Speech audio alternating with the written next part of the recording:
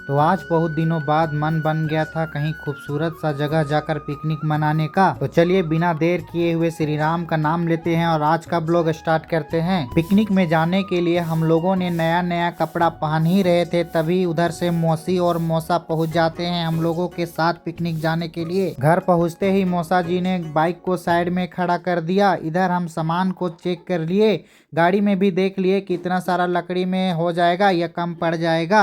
इधर मटन वाले भैया ने बढ़िया बढ़िया पीस हम लोगों को वजन करके 2 केजी मटन दे दिए। मटन खरीदने के बाद हम लोगों ने पकड़ लिया पतरातू का 4 लेन। रोड पे आगे बढ़ ही रहे थे कि हम लोगों को दिख गया एनटीपीसी का टावर। आगे बढ़ते ही हम लोगों को देखने को मिल गया पतरातू डैम का किनारा। ये सब देखते देखते हम लोग पहुंच गए थे फाइनली वो लोकेशन जहां पर हम लोगों को पिकनिक मनाना था। बढ़िया सा लोकेशन में पहुंचने से पहले हम लोगों को मिल गया था काफी ज्यादा घना जंगल और संकीर्ण रास्ता। इधर मौसा उठा लिए थे अपने कंधे पर पानी का बड़ा सा जार। आगे बढ़ ही रहे थे तभी एक मिल गया सुंदर और बढ़िया सा नदी पार करने के बाद हम लोगों को फाइनली वो जगह मिल गया था जहां पर हम लोग पिकनिक मना सकते थे। सच बताए तो दोस्तों, हमने पहले इससे ज्यादा खूबसूरत प्राकृतिक का अद्भुत नजारा कभी नहीं देखा था। जगह हमको इतना पसंद आ गया कि हमने दौड़ के पहुंच गया था सबसे पहले। उसके बाद मौसा मौसी, बीच में कोमल और सबसे पीछे डुग्गू और काजल पहुंच रही थी। इधर सारा सामान रख के चटाई बिछा के सबसे पहले हम लोगों ने कढ़ाई चढ़ा दिया और सबसे पहले पापड़ छान कर रख लिया। पापड़ छानने के बाद अब बारी था मटन बनाने का और इधर मटन भी चढ़ चुका था। इधर मटन बन ही रहा था तभी हमने चावल के लिए एक अलग चूल्हा बना लिया और चावल भी चढ़ा दिया। मटन और चावल एक साथ बन रहा था तभी मौसा ने सलाद के लिए खीरा और गाजर छीलना शुरू कर दिया। मटन आधा बनने के बाद हम लोगों ने एक प्लेट निकाल लिया मटन और सब कोई एक साथ चखना शुरू कर दिया। मटन इतना अच्छा बना था कि सब कोई अंगुली चाट चाट के खा गए। मटन खाने के बाद हम आ गए थे नदी और नदी देख के इतना अच्छा लगा कि इतना साफ पानी हमने कभी नहीं देखा था। नदी का पानी इतना साफ था कि हमको काफी मजा आ रहा था। नदी से इतना खूबसूरत व्यू दिख रहा था दोस्तों कि क्या ही बताएं।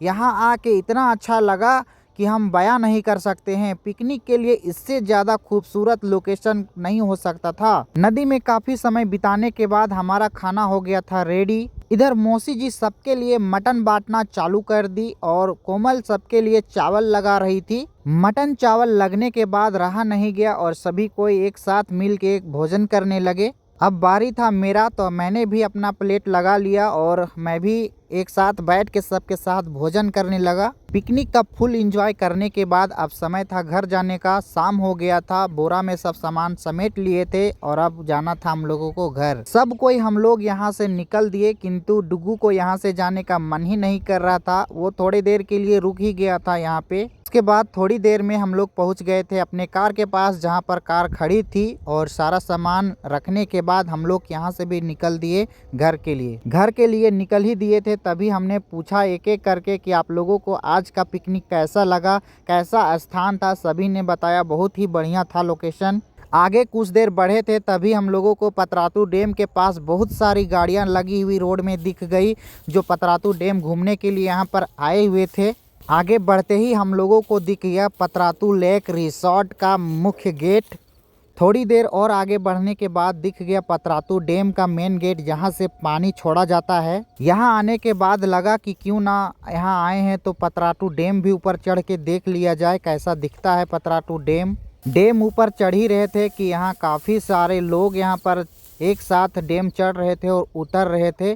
तभी कोमल भी चढ़ रही थी पीछे से। ऊपर चढ़ने के बाद ऐसा लोकेशन दोस्तों देखने को मिला जो हमने पहले कभी नहीं देखा था। मानो कि हम कश्मीर में आ गए हैं। यहाँ 2 बोट लगे हुए थे जो डैम का पूरा सैर करा रहे थे। सारा कुछ देखने के बाद हमने कोमल से पूछा कि आपको कैसा लगा जी, आप बताइए।